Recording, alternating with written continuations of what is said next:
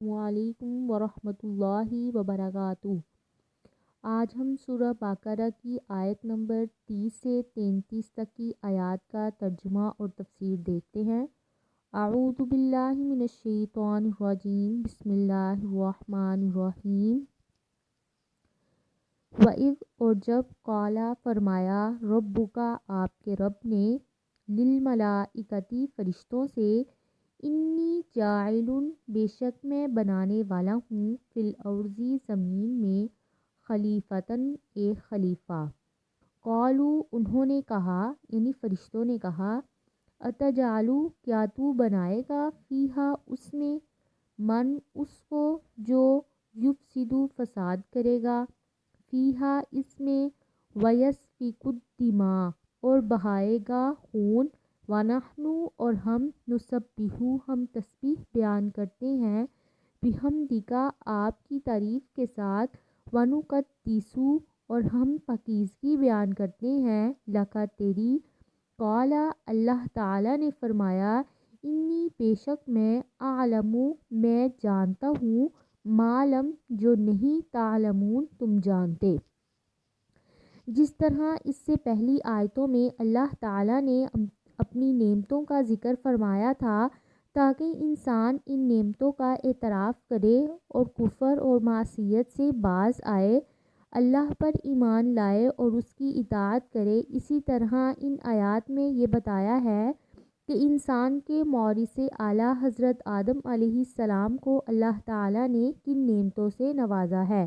حضرت آدم کو اللہ تعالیٰ نے اپنا خلیفہ اور نائب بنایا، ان کو اپنی صورت پر پیدا کیا، ان کو کائنات کی تمام اشیاء کے اسماء کا علم عطا فرمایا اور مسجود ملائکہ بنایا، ان کو پہلے جنت میں رکھا، پھر ان کی خلافت جاری کرنے کے لیے زمین پر بھیجا، اور یہ حضرت آدم پر اللہ تعالیٰ کی عظیم نعمتیں ہیں۔ ان کا تقاضا یہ ہے کہ ان کی اولاد اپنے مورث اعلیٰ پر کی گئی ان نعمتوں کو شکر بجا لائے اور اچھی طرح سے ان کی اطاعت کرے اور کفر اور معصیت سے دور رہے۔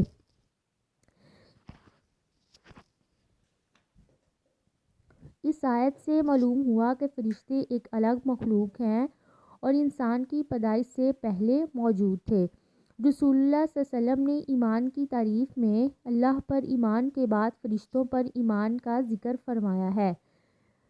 اس آیت میں خلیفہ کا جو لفظ ہے وہ استعمال ہوا ہے۔ خلیفہ وہ ہوتا ہے جو کسی کی موت کے بعد یا اس کے غائب ہونے کی صورت میں اس کا جانشین بنے، یا تمام امور خود سر انجام نہ دے سکنے کی صورت میں بعض معاملات میں اس کا نائب ہو۔ یہاں خلیفہ سے اللہ کا خلیفہ مراد لینا درست نہیں ہے، کیونکہ نہ اللہ تعالیٰ پر موت آئے گی، نہ وہ غائب ہے اور نہ وہ اپنے کاموں میں کسی کے محتاج ہے۔ بقول ابن کثیر کے یعنی خلیفہ ایسے لوگ مراد ہیں جو نسلاً بعد نسل ایک دوسرے کے جانشین بنیں گے۔ اسی طرح خلیفہ سے مراد صرف آدم علیہ السلام نہیں ہے بلکہ پوری نوع انسانی ہے۔ اس کے بعد اس آیت میں فرشتوں کی انسان کا زمین میں فساد کرنا کیسے معلوم ہوا؟ اس کا جواب یہ ہے کہ خود اللہ تعالیٰ نے انہیں بتایا تھا۔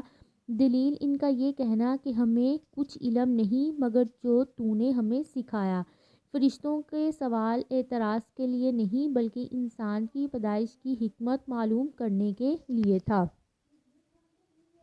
وَعَلَّمَ اور اس نے سکھایا دیے آدم کو الاسماء نام کلما ان سب چیزوں کے ثم پھر عرضہم اس نے پیش کیا انہیں علی الملائکۃ فرشتوں پر، فقال پھر فرمایا انبئونی خبر دو مجھے باسماء ان ناموں کی، ہؤلاء ان سب ناموں کی، ان کنتم صادقین اگر تم سچے ہو۔ اگر یہ سوال کیا جائے کہ حضرت آدم نے ان چیزوں کے نام اللہ تعالیٰ کی تعلیم دینے کی وجہ سے بتائے، اگر فرشتوں کو ان چیزوں کے نام بتا دیے جاتے تو وہ بھی ان چیزوں کے نام بتا دیتے، اس کا جواب یہ ہے کہ اللہ تعالیٰ نے حضرت آدم کا خمیر مختلف اجزاء اور متضاد قوتوں کو ملا کر بنایا تھا۔ اس وجہ سے وہ معقولات، محسوسات، موہومات کے ادراک کی صلاحیت رکھتے تھے اور فرشتوں میں یہ صلاحیت نہیں تھی۔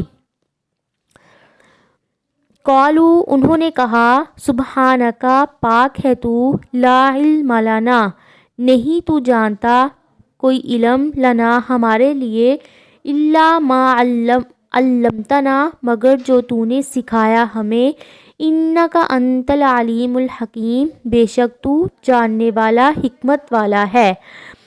قالا، فرمایا، یا آدم، آدم نے، انبئہم، خبر دو انہیں، باسمائہم، ان کے ناموں کی، فلما، پس جب، انبأہم، خبر دی اس نے انہیں، باسمائہم، ان کے ناموں کی، قالا، فرمایا اللہ تعالیٰ نے، الم اقل، کیا میں نے نہیں کہا تھا، لکم، تم سے، انی اعلم، بے شک میں جانتا ہوں، غیب السماواتی، آسمان کے غیب کو، والارض، اور زمین کے، وَأَعْلَمُ، اور میں خوب جانتا ہوں، ما تبدون، جو تم ظاہر کرتے ہو، وَمَا كُنْتُمْ تَكْتُمُونَ، اور جو تم چھپاتے ہو۔ اب آیت نمبر 31 سے 33 میں اللہ تعالیٰ نے فرمایا کہ کسی ورکشاپ کی ذمہ داری، یعنی کہ اس آیت کی تفسیر میں کیا ہمیں سمجھ آتی ہے کہ کسی ورکشاپ کی ذمہ داری سپرد کرتے وقت یہ دیکھا جاتا ہے کہ اس کے اوزاروں کا علم کون رکھتا ہے۔ ظاہر ہے کہ انہیں وہی استعمال کر سکتا ہے جو کم از کم ان کے نام جانتا ہو۔ تو اللہ تعالیٰ نے زمین کی اشیاء کے نام حضرت آدم علیہ السلام کو سکھائے اور پھر فرشتوں پر واضح کر دیا کہ زمین کی خلافت کے لیے صرف تسبیح کافی نہیں ہے، بلکہ علم اسماء بھی ضروری ہے جو حضرت آدم کو عطا کیا گیا تھا، فرشتوں کو عطا نہیں کیا گیا۔ اس سے یہ بھی معلوم ہوا کہ فرشتوں کا علم جزوی ہے اور وہ مقرب، یعنی قریب ہونے کے باوجود علم غیب نہیں رکھتے۔ غیب اللہ کے سوا کوئی نہیں جانتا۔ حضرت عائشہ رضی اللہ تعالیٰ عنہ نے فرمایا، جو شخص تمہیں کہے کہ نبی کریم صلی اللہ علیہ وآلہ وسلم غیب جانتے تھے تو بلا شبہ اس نے جھوٹ کہا۔ اللہ تعالیٰ تو فرماتے ہیں کہ اس کے سوا کوئی غیب نہیں جانتا۔ یہ آج کی آیت تھی جن کا ہم نے مطالعہ کیا۔ اگر آپ کو اس کے بارے میں کچھ بھی پوچھنا ہو تو آپ کمنٹ میں پوچھ سکتے ہیں۔ اللہ حافظ۔